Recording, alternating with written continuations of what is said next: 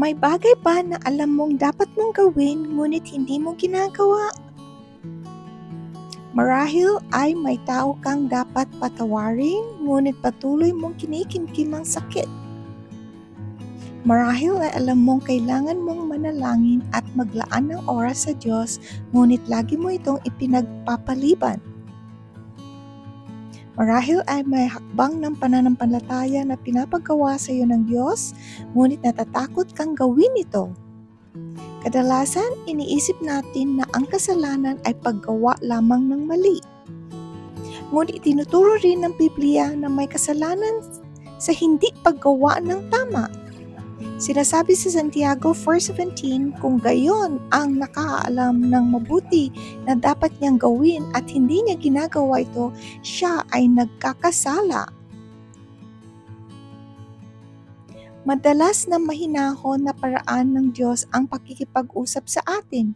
Pinapaalalahanan niya tayong magmahal, magpatawad, magsisi, maglingkod, at sumunod sa Kanya. Ang tanong ay hindi kung alam natin ang dapat gawin. Ang tanong ay kung handa ba tayong sumunod.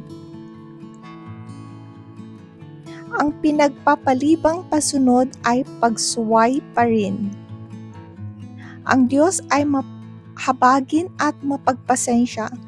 Kung kinakausap ka niya ngayon, nangangahulugang ito hindi siya sumusuko sa iyo. Ang maliliit na hakbang ng pagsunod ay maaaring magdala ng malalaking pag-alala. Huwag mong hintayin ng tamang panahon.